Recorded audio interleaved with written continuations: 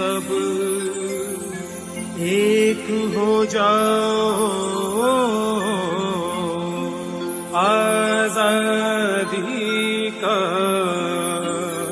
दीप जलाओ।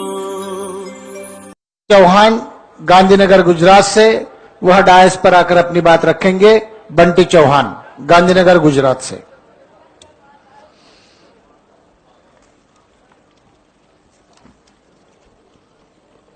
जय मूल निवासी साथियों,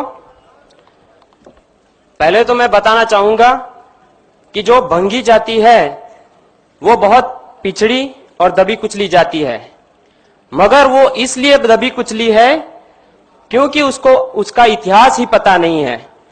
साथी कार्यकर्ता ने हमें बताया कि भंगी जाति का बहुत बड़ा इतिहास है।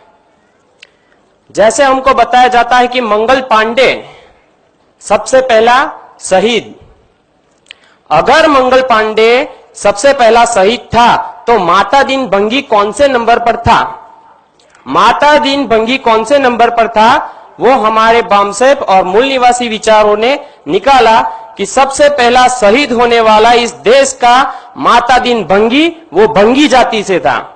अगर हम इतिहास नहीं जानेंगे तो हम कैसे आगे बढ़ेंगे? अगर हमें आगे बढ़ना है तो इतिहास जानना पड़ेगा। अगर हम इतिहास जानेंगे तो हमारा फ्यूचर भी हम डिसाइड कर पाएंगे। मैं गुजरात से हूं तो गुजरात की बात रखूंगा साथियों।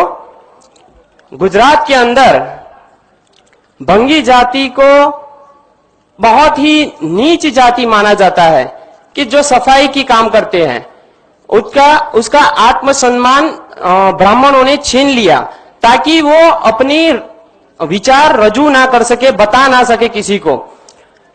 मैं बताना चाहूंगा, जैसे कि आप जानते हो सफाई काम करने वाले की भंगी जाति का जो काम है वो ठेकेदारी प्रथा आज गुजरात में है और पूरे भारत में है, और उसकी वजह से आज ऐसी नौबत आ गई है कि उनके खाने पीने पर भी नौबत आ गई है कि वो खा पी भी ठीक से नहीं रह सकते।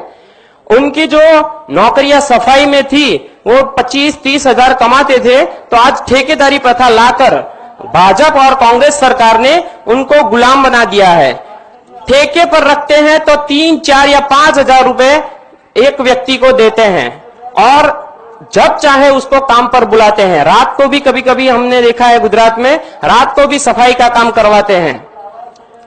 हम लोग गुजरात में इसलिए पीछे हैं क्योंकि हम भंगी जाति के लोग गांधी के पीछे लग गए। अगर हम गांधी के पीछे लगने के बदले बाबा साहब के पीछे लगे होते तो आज ये हमारी समस्या नहीं होती। आज हमारे गुजरात की ये बात है कि गांधी को इतना माना उन्होंने, क्योंकि आप जानते हो वो बहुत छोटे कपड़े पहनता था और झाड़ू लेकर सफाई करने लगता था हमारे मोहल्लों में जाकर।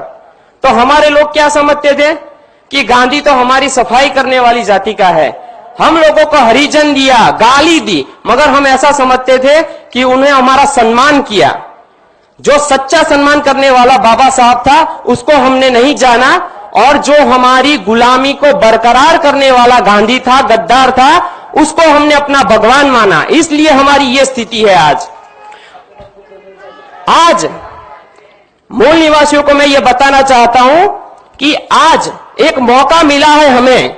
ज्योतिबा फुले ने हमें शिक्षा दी, ज्योतिबा फुले ने हमें शिक्षा दी, बाबा साहब ने हमें पढ़ने लिखने का अधिकार दिया, और वामन मेश्राम आज संगठित कर रहे हैं। जो बाबा साहब का सूत्र था शिक्षित बनो, तो ज्योतिबा फुले ने शिक्षित बनाया। संगठित बनो, बाबा साहब ने हमें एक संगठन और विचारधारा देकर संगठित बनाया। और संघर्ष करो, अगर वामन मेश्राम के साथ जुड़ोगे तो संघर्ष तय है। वामन मेश्राम साहब ही एक ऐसा नेता है कि जो सही राह पर हम पिछड़ी दबी कुचली सब जातियों को, SC, ST, OBC और माइनॉरिटी, जो कि मुस्लिम है, सिख है, ईसाई है, उन लोगों के सच्ची लड़ाई लड़ने वाला एक ही इंसान मुझे दिख रहा है। मैं 2004 से इस संगठन से जुड़ा हुआ हूं। मैं पहले भी बहुत सारे संगठनों से जुड़ा था और उनका काम देख रहा था, और इसमें आने से पहले इसका भी मैंने काम देखा कि बामसेफ और भारत मुक्ति मोर्चा क्या काम कर रहा है। अगर ये ठीक काम नहीं करता तो मैंने कब का छोड़ दिया होता, मैं साफ साफ बताता हूं। मगर मैं आज भी यहां पर हूं, और जब तक मेरी जिंदगी रहेगी तब तक इसी में मैं काम करूंगा, क्योंकि इसी में मुझे ऐसा लग रहा है कि मूल निवासियों का सच्चे हक और अधिकार दिलाने की ताकत है।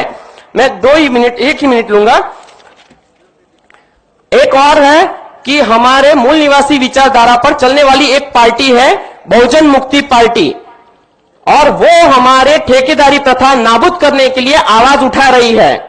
अगर हम लोग, गुजरात में आज इलेक्शन है, अगर हम लोग बहुजन मुक्ति पार्टी को साथ नहीं देंगे, सहयोग नहीं देंगे, मूल निवासी विचारधारा को जो आगे बढ़ाने वाली पार्टी है उसको साथ नहीं देंगे, तो हमारी समस्या और बढ़ेगी, कम नहीं होगी। बहुजन मुक्ति पार्टी ने एक बताया है कि ठेकेदारी प्रथा नाबूद करेंगे। अगर गुजरात में ठेकेदारी प्रथा है और उसको नाबूद करना है, मूल निवासियों को आगे बढ़ना है, तो ठेकेदारी प्रथा नाबूद करेगी। चालू नौकरी में अगर किसी सफाई कर्मी का मौत होता है तो इसको 1 करोड़ रुपए देंगे नगद, और उसके परिवार को, किसी एक सभ्य को सरकारी जॉब मिलेगी, वो भी उसके पढ़ाई के हिसाब से, उसने जिस तरह से पढ़ा है, अगर वो 10वीं पास है तो उस हिसाब से, ग्रेजुएट किया है तो उस हिसाब से। तो ऐसी पार्टियों को हमें सपोर्ट भी करना पड़ेगा। अगर हम सिर्फ संगठित रहेंगे और सत्ता तक नहीं जाएंगे तो हमारा विकास नहीं होने वाला, क्योंकि आज तक हमने देख लिया 60 साल में हमारी क्या परिस्थिति है।